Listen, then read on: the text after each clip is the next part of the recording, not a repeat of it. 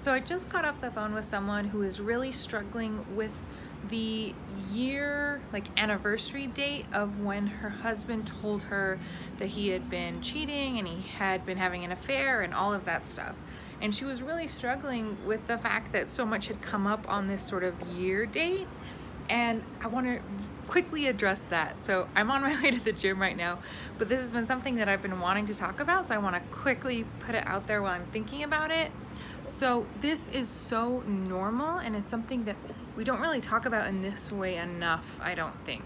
So it makes sense that dates and anniversaries bring stuff up, right? And I think we all know that that happens when we lose someone. So when there's a loss of a person, the birthdays, anniversaries, holidays, all of those things are incredibly difficult, and they bring so much stuff up. So a lot of times in counseling, I help people prepare for and manage and work through and process before and during those dates as they come up, because they're so heavy and sometimes they're really hard to get through. That first year is really, really tough, but then the second year is tough, and the third year is tough, and 10 years down the road, it's still tough. So that's something I do a lot, especially when we're grieving the loss of somebody. But what I don't think is talked about enough is how that also applies if you have lost something else. So finding out that your partner had been cheating for a really long time, or had been hiding a secret or an addiction or something like that, those dates are also really painful. And it's really the same principle, because that day you lost something, right? Maybe you lost the life that you thought you had with this person. You lost trust that you haven't been able to rebuild with that person since. Maybe you really did lose your partner in that way. Maybe you separated after that. Maybe nothing was ever the same after that for a really long time. So these dates are similar, and they bring up grief and loss in the same way as losing a person, because you did lose something and you lost something really significant, right? You lost the peace of mind that you had. You really, life changed on that date. So it makes sense. Not only does it make sense, it's normal and it's going to happen, that when something really bad happens to us, that date becomes significant, right? It becomes significant. Maybe I've had clients who struggle that date every month, but specifically that date every year as well. So yeah, and maybe you don't realize it, and all of a sudden you look at your phone or at a calendar and you're like, oh, it's that day, and all of those feelings come back up, and you remember what it was like. Some people call it D-Day because it feels so awful, right? It just was a day that everything changed. So all of those emotions come jumping back, running back, however you want to say it, and you're just sort of flooded with all of that.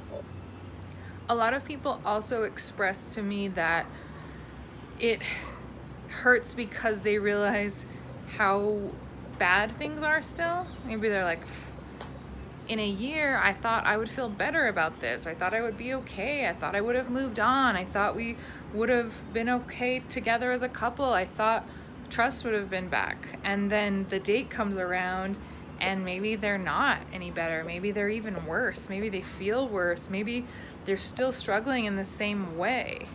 And that really hurts for people, because it highlights kind of that they aren't as far as they expected to be in this journey and in healing and in all of this. And that sucks, right? That's not something that's pleasant to recognize and to feel. And to that note, I want to tell you that that is also really normal, unfortunately. And you went through a serious betrayal. You know, if you've watched some of my other videos, I refer to that as betrayal trauma, and that takes a lot of time to process and to heal from, a lot of time. And often people will come to me 2, 3, 4, 5, 10 years down the line, and they're like, this is still bothering me. And when we look at the research, a lot of women in this circumstance don't actually end up getting help for a long time, because in that early time period and that first year and those maybe first couple of years, all of the treatment is focused on that other person. So their treatment, their recovery, their addiction, their issues. So it's all focused on them, and you're just trying to get through and survive.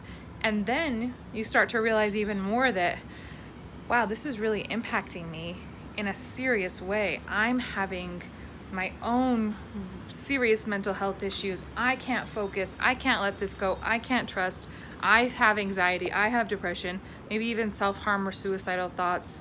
I have preoccupation with the stuff that happened. I keep reliving this. I keep thinking about all of these things. And then you realize that you actually suffered from this as well. And you were actually seriously impacted by this. And when you realize that, then it changes things, because now you also need support and help, and you should get support and help, and you deserve support and help because you've been through a serious trauma. But it often takes time for people to get there and to recognize that not only does the partner who acted out or kind of caused this need help and support and treatment, I need support and help because I was impacted, and that has caused some really negative effects for me. So I think that's also partly why it takes so much time to get help, because you aren't seen as the sort of person with the problem, if that makes sense. And if you guys have any questions, please reach out to me and I can clarify that more. But I think we need to recognize that dates, anniversaries, these things bring up a lot for us, and they remind us of really traumatic things that we went through. And it's also a time for us to get back into healing, get back into self-care, kind of prep for that, and really get some support for us as we go through that. So if this has happened to you, or if it's happening to you, or if you're looking forward and you're expecting kind of that to happen, reach out to me. I can help support you through that. But just know that this is a normal, and unfortunately it's a normal part of this journey, that those days are going to be hard. So don't expect that that's not the case, because that's probably going to set you up for failure and to feel worse about it, right? So get your own support, take care of yourself, and just kind of keep working through this, because it can and it will get better.